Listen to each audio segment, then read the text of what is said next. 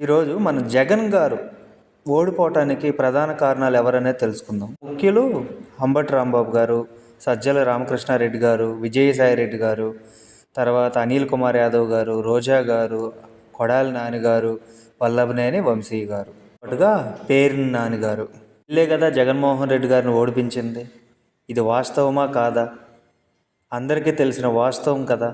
ఎందుకంటే వీళ్ళు ప్రతిపక్షాల మీద మాట్లాడిన ప్రతి ఒక్క మాట ఒక బూతు, ప్రతి మాట వాళ్ళని పర్సనల్ అటాక్ చేయడం.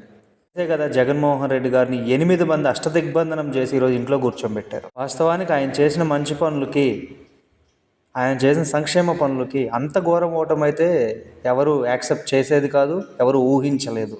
ఆయన ఓడిపోవడానికి ప్రధాన కారణాల్లో వీళ్ళు 8 మంది. వీళ్ళు 8 మంది కలిసి జగన్మోహన్ రెడ్డి గారిని ఆయన పతనం కోరుకొని ఆయన సర్వనాశనం చేయడానికి ప్రధాన కారణం, ప్రధాన సూత్రధారులు ఈ 8 మంది. ఒప్పుకున్నా ఒప్పుకోకపోయినా ఇది వాస్తవం.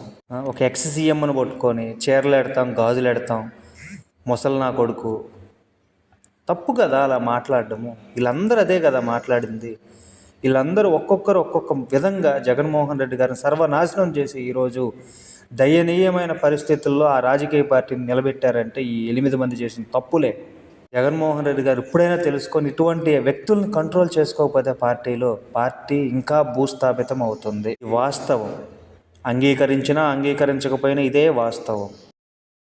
ఈ 8 మంది ప్రతిదీ తప్పుడు సలహానే ఆయనకి ఇచ్చారు. అందుకే వీళ్ళని అనాల్సి వస్తుంది.